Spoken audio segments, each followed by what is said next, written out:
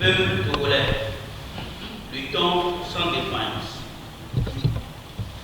Sur l'invitation de l'ambassadeur et chef de la délégation de l'Union européenne, Son Excellence Joachim Tasso Villalonga, une délégation de la DMK, conduite par sa coordinatrice, a rencontré dans la matinée du mardi 4 mai 2021 les ambassadeurs du G5, excepté celle de la France. Sur proposition du chef de la délégation de l'Union européenne, les discussions, dans une totale ambiance de courtoisie, ont porté sur un ordre du jour en 3 points, à savoir 1. Le point de vue de la DMK sur le dialogue en cours au sein de la concertation nationale des acteurs politiques sous l'autorité du ministre de l'administration territoriale et du développement des territoires. 2. Les violences ou entraves que nos différentes délégations à l'intérieur du pays ont subies lors de nos tournées pendant le week-end du 24 avril 2021. 3. Le contenu de la lettre de l'archevêque émérite, Son Excellence Monseigneur Podio. Abordant le premier point, notre délégation leur a fait part de la nécessité d'aller à un dialogue franc et sincère, structuré autour des vraies problématiques qui minent le vivre ensemble harmonieux en vue de trouver une solution durable et définitive à la grave crise politique qui secoue la vie socio-politique de notre nation. Mais aller à un dialogue et mépriser le contentieux électoral est une absurdité, une insulte à l'endroit du peuple qui s'est mobilisé le 22 février 2020 pour obtenir l'alternance, qui se trouve malheureusement être confisquée, tout en reconnaissant qu'il y a une grave crise politique au Togo. Les ambassadeurs ont demandé à la DMK de renoncer à la réclamation de la victoire du scrutin présidentiel du 22 février 2020. Pendant nos échanges, l'ambassadeur de l'Union européenne a reconnu le désintérêt des populations togolaises d'une éventuelle élection régionale devant mettre en place une chambre sénatoriale au Togo. Il n'était aucunement question d'une quelconque exhortation de la DMK à rejoindre les discussions en cours au sein de la SNAP. Les ambassadeurs ont plutôt demandé à la DMK de faire connaître par écrit cette proposition de sortie de crise.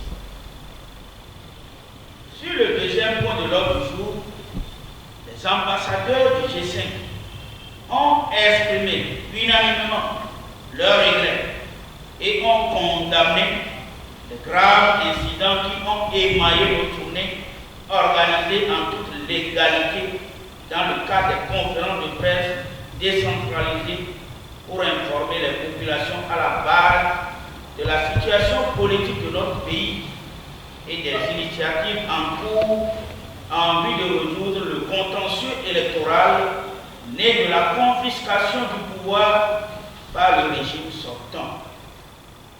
Concernant les entraves posées par le régime aux activités de la DMK au courant du week-end du 24 avril, nos interlocuteurs ont semblé, tout comme la DMK, désapprouver ces comportements des tenants du régime. Le troisième et dernier point abordé était relatif à la correspondance de Monseigneur Podro au président Macron. Ils ont estimé qu'une page et demie de cette correspondance contenait des contre-vérités sans toutefois les énumérer. Nous leur avons précisé qu'ils disposent du contact de l'archevêque et qu'ils pourront utilement prendre contact avec lui pour des précisions sur des aspects de courrier qui échapperaient à leur compréhension. Pour la DMK, la gravité de la situation politique actuelle n'autorise aucune légèreté ni aucune complaisance sous peine de laisser exploser une sourde colère des populations aux conséquences imprévisibles. C'est ainsi qu'alors que nous nous préparions à envoyer une proposition de sortie de crise qui, à nos yeux, paraissait urgente dans la demande du G5. Les ambassadeurs sortent le mardi 11 mai 2021 un communiqué qui nous amène à nous interroger sur l'impartialité des membres du G5. La DMK n'accepte pas le manque de respect profond et le paternalisme qui transparaît dans le dit communiqué.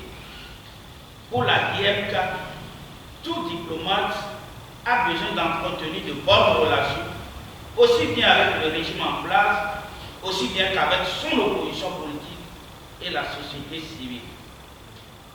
La DMK ne trahira jamais les aspirations profondes de l'écrasante majorité des Togolais qui ont porté leur choix sur la personne de son Excellence, Dr Agbéoumé Mensah Kodio. Elle exhorte les ambassadeurs des pays du G5 à jouer franc jeu afin de sortir le Togo de cette crise politique grave. En tout état de cause, nous sommes persuadés que la légitimité puise son fondement dans la vérité des urnes et non des satisfecits factices arrachés au forceps auprès des chancelleries dont le verdict du suffrage universel dans leur pays respectif est sacralisé. En ce qui concerne le mémorandum de sortie de crise demandé par les ambassadeurs pour une sortie définitive de crise, la DMK l'a, comme convenu, fait parvenir ce vendredi 14 mai à son Excellence l'ambassadeur de l'Union européenne. Les propositions faites sont présentées ci-dessous. Comme préalable, la DMK demande l'abandon total des charges contre ses cadres et le président Dr Gabriel Mensah Kodio. La levée du mandat d'arrêt international contre le président démocratiquement élu, assorti de garanties sécuritaires pour son retour au Togo. La levée des restrictions sur les activités politiques de la DMK. La libération de tous les détenus politiques. Le retour sans exception de tous les exilés politiques depuis 2005 avec des garanties sécuritaires. En ce qui concerne le format, la DMK demande que les discussions pour résoudre le contentieux électoral se déroulent à l'étranger et de préférence en dehors de l'espace CEDEAO et sous l'égide de l'Union européenne et des Nations unies.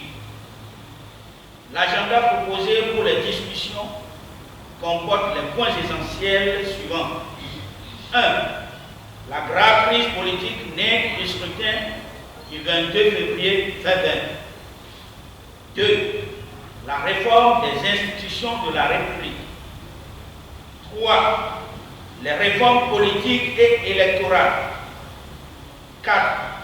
Les grands dossiers économiques et sur le plan économique pour le retour de la confiance et les mesures de relance post-Covid. La DMK est convaincue que le moment est arrivé pour trouver des solutions durables à la longue crise qui est source de souffrances indicibles des populations et hypothèque l'avenir de notre jeunesse ainsi que celle des générations futures. Au regard de la mauvaise volonté dont le régime a fait preuve au cours des 28 dialogues politiques que nous avons connus pendant les 3 décennies de lutte pour la démocratie, nous nous trouvons dos au mur. La DMK ne peut pas se contenter du déjà vu. Elle se doit de faire enfin avancer le pays. Voilà pourquoi les discussions futures éventuelles doivent nous conduire à un transfert pacifique du pouvoir, suivi d'une transition politique inclusive avec toutes les composantes de la communauté togolaise, y compris les tenants du pouvoir sortant, et d'amnistie garantie sécuritaire aux anciens dignitaires militaro-civils. Togolaises, Togolais, le défi est grand. En conséquence, la DMK vous demande de rester vigilant et mobilisé afin d'obtenir la libération nationale. Peuple togolais, par ta foi et ton courage, la nation togolaise est née. Fait à Lomé, le 14 mai 2021, la conférence